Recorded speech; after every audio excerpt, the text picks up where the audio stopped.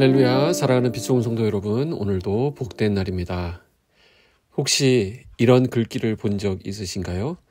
관계자 외 출입금지, 만차라고 하는 문구들 말입니다. 이런 글을 보면 괜히 뒤로 물러나고 싶어지게 되죠. 자, 그런데 이런 것보다 사람을 더 주눅들게 하는 것이 있습니다. 바로 분위기입니다. 누구나 들어올 수 있다라고 써 있어도 크고 화려한 백화점이나 호텔, 갤러리의 입구 등은 왠지 낯설고 거리감이 느껴집니다. 분위기 자체가 출입금지 표지판처럼 느껴질 때가 있는 것이죠. 하지만 골목 안 작은 칼국수집이나 떡볶이 가게처럼 입구도 잘 안 보이고 간판도 소박하지만 누구나 스스럼 없이 발을 들일 수 있는 곳이 있습니다. 우리의 일상 가운데도 그런 여유 공간이 있었으면 좋겠습니다. 누구나 쭈뼛거리지 않고 들어올 수 있는 작지만 따뜻하고 환영하는 문. 오늘 하루 여러분의 마음에 그런 넉넉한 문이 활짝 열려 있기를 축복합니다. 함께 나누실 말씀은 에스더 4장 1절에서 17절까지의 말씀입니다. 모르드게가 이 모든 일을 알고 자기 옷을 찢고 굵은 베옷을 입고 재를 뒤집어 쓰고 성중에 나가서 대성통곡하며 대궐 문 앞까지 이르렀으니 굵은 베옷을 입은 자는 대궐문에 들어가지 못함이라. 왕의 명령과 조서가 각 지방에 이름에 유다인이 크게 애통하여 금식하며 울며 부르짖고 굵은 베옷을 입고 재 누운 자가 무수하더라. 에스더의 시녀와 내시가 나와 전하니 왕후가 매우 근심하여 입을 의복을 모르드게에게 보내어 그 굵은 베옷을 벗기고자 하나 모르드게가 받지 아니하는지라. 에스더가 왕의 어명으로 자기에게 가까이 있는 내시 하닥을 불러 명령하여 모르드게에게 가서 이것이 무슨 일이며 무엇 때문인가 알아보라 하매 13절로 갑니다. 모르드게가 그를 시켜 에스더에게 화답하되 너는 왕궁에 있으니 모든 유다인 중에 홀로 목숨을 건지리라 생각하지 말라. 이때 내가 만일 잠잠하여 말이 없으면 유다인은 다른 데로 말미암아 노임과 구원을 얻으려니와 너와 내 아버지 집은 멸망하리라.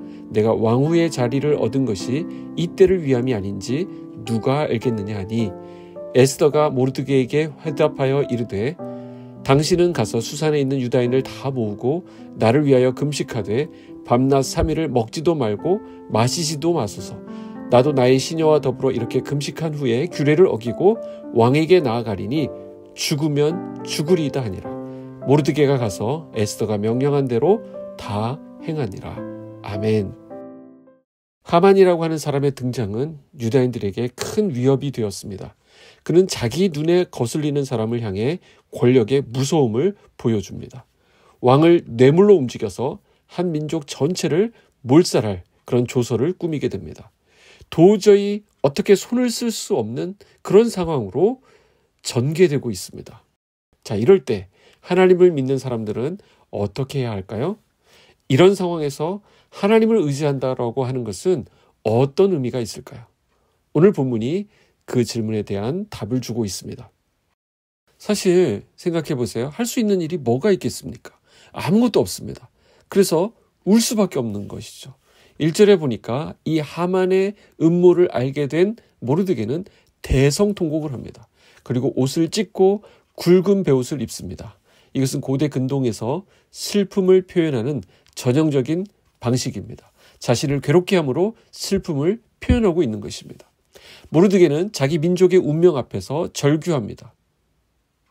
민족의 문제를 자기 문제로 동일시하고 울고 있습니다. 물론 자기로 인해서 시작된 일이지만 공동체의 어려움을 놓고 가슴 아파하는 이 모습은 우리를 숙연하게 합니다. 그는 옷을 찢고 베옷을 입고 재를 뒤집어 썼습니다. 재라고 하는 것은 죽음을 의미하는데 이로써 모든 유다인들의 동참을 촉구하고 있는 것입니다. 3절에 보시면 왕의 명령과 조서가 각 지방의 이름에 유다인이 크게 애통하여 금식하며 울며 부르짖고 굵은 베옷을 입고 재에 누운 자가 무수하더라.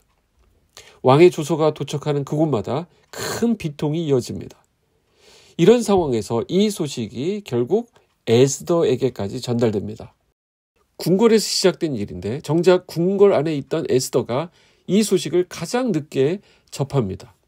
하만이 꾸민 조서의 초본이 에스더에게 전달되었는데 그것은 에스더가 정말 아무것도 몰랐다는 것을 의미하고 궁궐에 있으면서도 세상과 완전히 단절된 세상 속의 삶을 살았음을 의미합니다. 그런 에스더에게 모르드게는 굉장히 어려운 말을 합니다. 8절 하반부에 보시면 또 그에게 부탁하여 왕에게 나아가서 그 앞에서 자기 민족을 위하여 간절히 구하라 하니. 원래 모르드게가 에스더를 왕후 선발 전에 보내면서 당부했던 것이 무엇입니까? 민족을 밝히지 말라고 했습니다.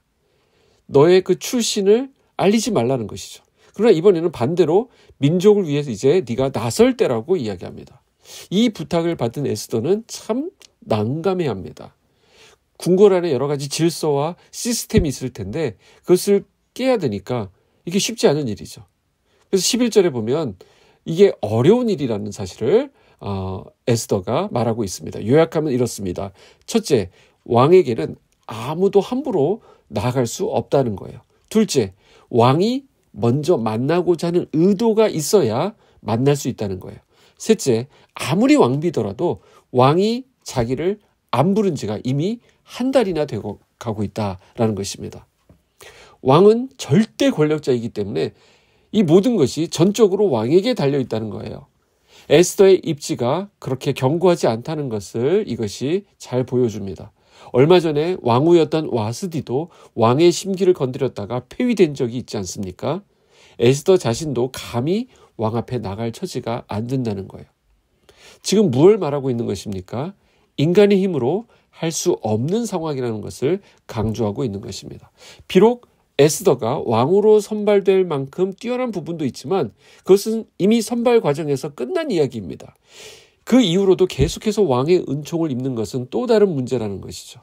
왕은 한 달 동안이나 에스더에게서 마음이 떠나 있었습니다. 성경이 말하려고 하는 것이 무엇입니까? 앞으로 되어지는 모든 일들은 오직 하나님이 하신 것이라는 것을 우리에게 부각시키고 있습니다. 지금 성경이 강조하는 부분은 명확합니다. 성경은 에스더가 인간적 매력을 내세울 가능성을 차단합니다. 이것은 자연 법칙, 세상 법칙으로는 안 된다는 것입니다. 지금은 분명 위기 상황입니다. 인간으로서 할 수 있는 일은 아무것도 없습니다. 그런데 이러한 위기 상황은 오히려 영적인 반전을 이룹니다. 유다 백성이 하나님만을 온전히 의지하는 그런 계기가 되었습니다. 모르드게뿐만 아니라 모든 유다 민족을 각성하게 하는 계기가 되었다라는 거예요. 자, 무엇을 보게 됩니까? 내가 아무것도 할 수 없게 될 때, 내가 의지하던 것들이 아무 쓸모없게 되었을 때 하나님의 사람들은 어떻게 해요? 하나님을 더욱 의지한다라는 것입니다. 내가 약할 그때 강함 되시는 하나님을 바라봅니다. 왜요? 하나님은 하실 수 있기 때문입니다. 14절 보겠습니다. 이때 내가 만일 잠잠하여 말이 없으면 유다인은 다른 데로 말미암아 노임과 구원을 얻으려니와 너와 내 아버지 집은 멸망하리라. 내가 왕후의 자리를 얻은 것이 이때를 위함이 아닌지 누가 알겠느냐 하니. 자, 모르드게가 에스더에게 말하는 내용은 또 두 가지로 요약될 수 있습니다. 첫째, 에스더, 내가 만약 입을 다물고 있으면 그것은 너를 망하게 하는 일이 될 것이다. 둘째, 네가 아닌 다른 방법으로도 유다인은 반드시 구원될 것이다. 그러면서 하는 말이 내가 왕후의 자리를 얻은 것이 이때를 위함이 아닌지 누가 알겠느냐. 놀라운 말이 나옵니다. 우리는 하나님이 사용하시는 청지기들입니다. 우리는 하나님이 쓰시는 사람들이기 때문에 존귀한 존재들이에요. 또 하나님은 어떤 뜻을 이루어 가실 때 반드시 사람을 통해서 그 일을 진행하십니다. 그런데 만약 우리가 순종하지 않으면 어떻게 됩니까? 하나님은 다른 방법을 통해서라도 그 일을 이루십니다. 하나님은 반드시 하나님의 일을 이루십니다. 무엇을 말합니까? 내가 불순종한다고 해서 하나님의 뜻이 좌절되지 않는다는 것입니다. 하나님은 얼마든지 방법을 가지고 계십니다. 내가 불순종하는 자리에는 다른 것으로 채우실 것입니다. 결국 불순종한 것에 대해서 나에게 책임이 있는 것이죠. 나에게 말씀하신 것은 어떻게 보면 하나님의 사랑입니다. 나를 복의 기회로 삼기 위해서 주신 영광과 특권입니다. 하나님께서 다른 방법이 없어서 나에게 막 사정하시고 우리를 사용하시겠다는 것이 아닙니다. 하나님 다른 방법이 있어요. 그런데 우리를 그 일을 위해서 사용하시는 것이죠. 에스더를 보세요. 에스더의 원래 처지가 어떠했습니까? 포로로 낯선 땅에 끌려와 소수민족으로 살아가고 있었습니다. 그렇던 그 소녀가 전 페르시아 제국의 최고의 여인으로 선발되었습니다. 그리고 왕후의 자리로 올라갔습니다. 이것은 순전히 하나님께서 하신 일입니다. 이걸 허락하신 하나님의 뜻을 생각해야 한다는 것이죠. 왜 하나님께서 나에게 이런 기회를 허락하셨는가라는 것이죠.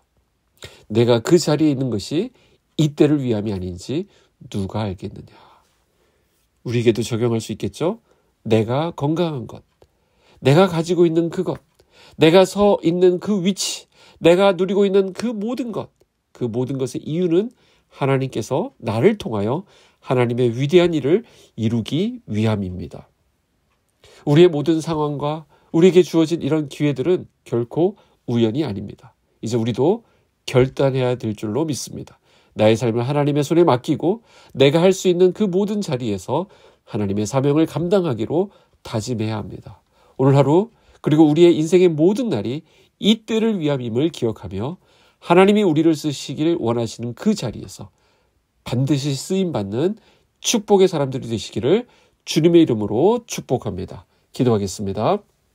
하나님 아버지 감사합니다. 오늘도 살아있는 하나님의 말씀으로 우리를 깨우시고 이 시대에 우리에게 주어진 사명이 무엇인지 생각하게 하심에 감사합니다. 사랑의 주님, 하나님께서 세우신 이 자리에서 순종하는 우리가 되기를 원합니다. 내가 가진 것, 내가 누리는 것, 내가 서 있는 그 모든 자리가 나를 향하신 하나님의 뜻과 부르심을 위한 것임을 믿게 하여 주시옵소서. 나의 부족함과 연약함 그리고 두려움 때문에 주저하고 머뭇거릴 때가 있습니다. 그러나 그때라도 우리가 죽으면 죽으리다. 우리 주님을 신뢰하며 믿음의 걸음을 내디딜 수 있도록 우리를 붙들어 주시옵소서. 오늘 우리의 삶을 통해 하나님의 뜻과 계획이 이루어지게 하시고 우리가 끝까지 충성되이 주신 사명 감당케 하여 주시옵소서. 오늘도 우리 각 사람에게 맡겨주신 그 때를 분별하는 지혜를 주시고 순종의 용기까지 더하여 주시옵소서. 예수 그리스도 이름으로 기도하옵나이다. 아멘.